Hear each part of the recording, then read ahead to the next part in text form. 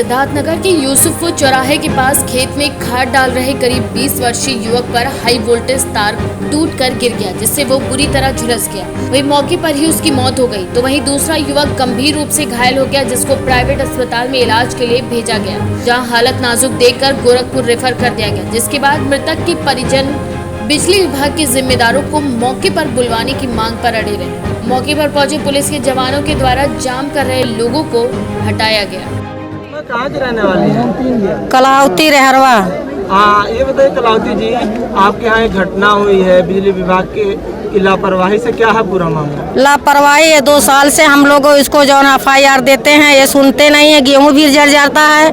यहाँ जो खेत में कोई देखने आता है, वो खम्मा तार पहले ही से गिरा था और उसको हम लोग ये कहते हैं, ये लोग सुनते नहीं हैं। और उसके बाद वो लड़का खाद बोने आया और उसी में जो उसका रिश्तेदार है वो भी जरने लगा, उसको खींचने लगा, वो भी पकड़ लिया।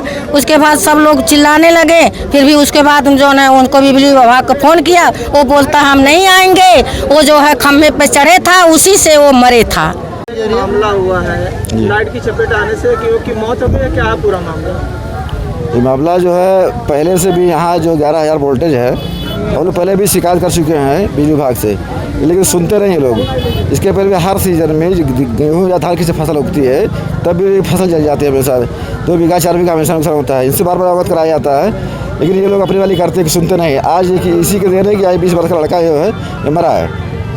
चौराहे के पास बिजली की चपेट आने से 25 वर्ष युवक की मौत हो गई, क्या है?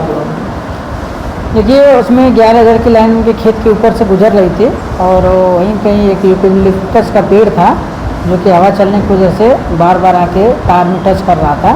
उसकी वजह से स्पार्किंग हुई और तार टूट के गिरा और उसके नीचे कार्य कर रहे उस आदमी के ऊपर ही गिर गया, जिससे उनकी दुर्घटना में मौत हो गई थी। सिद्धार्थनगर से KKD न्यूज संवाददाता राकेश मिश्रा की रिपोर्ट। बाराबंकी जिले में मादक पदार्थों की तस्करी के लिए चर्चित टिकरा गांव से तस्करों से बड़ी खुफिया संबंध भी सामने आए हैं। पुलिस टीम और स्वाट टीम ने आरोपियों को गिरफ्तार करने में बड़ी सफलता हासिल की। आरोपियों के पास से नेपाल सरकार के गृह मंत्रालय से जारी नागरिकता प्रमाण पत्र, माधव आचार्य कॉर्पोरेशन बैंक द्वारा जारी डेबिट कार्ड और 2000 की नकदी बरामद हुई है। पकड़े गए पड़ोसी देश के तस्करों ने कबूल किया कि अंडरवियर रबर में मार्फिन छुपाकर सीमा पार करते थे, जिसके बाद सूचना के आधार पर 2 तस्करों को पुलिस की द्वारा गिरफ्तार किया गया है। सर, ये ब्रॉड स्पेक्ट्रम में इसका हो रहा है मार्फिन की तस्करी। कैसे ये लोग यहाँ आ जा रहे हैं फॉरेन के लिए, कैसे क्या है? ठीक है, आज जो वर्कआउट है इसमें थाना जैतपुर से संबंधित जो अड्डे हैं मार्फिन के, वहाँ से 2 नेपाली राष्ट्रिकों ने सामान खरीदा और उनके पास से 150 ग्राम मार्फिन बरामद हुई है। ये दोनों माधव आचार्य और मिराज अहमद खां दोनों जिला कपिलवस्तु नेपाल देश के रहने वाले हैं। उनके पास से वहाँ की राष्ट्रीयता का प्रमाण पत्र भी प्राप्त हुआ है। पूछताछ पर इन्होंने बताया कि इनका पुराना संबंध है, संपर्क है यहाँ, और ये कई बार पूर्व में भी यहाँ से नार्कोटिक्स पदार्थ ले जा चुके हैं। इनसे हुई पूछताछ पर एक और जो स्थानीय नेटवर्क है, जिसके बारे में पूर्व में स्थानीय पुलिस को और जिला पुलिस को सूचना थी, इसके अलावा जो दूसरा नेटवर्क है, बाहर का नेटवर्क है, उसके बारे में भी जानकारी प्राप्त हुई है। इन दोनों व्यक्तियों की गिरफ्तारी से ये बात पुष्ट हुई है कि यहाँ से मॉर्फिन की तस्करी देश के बाहर भी हो रही है।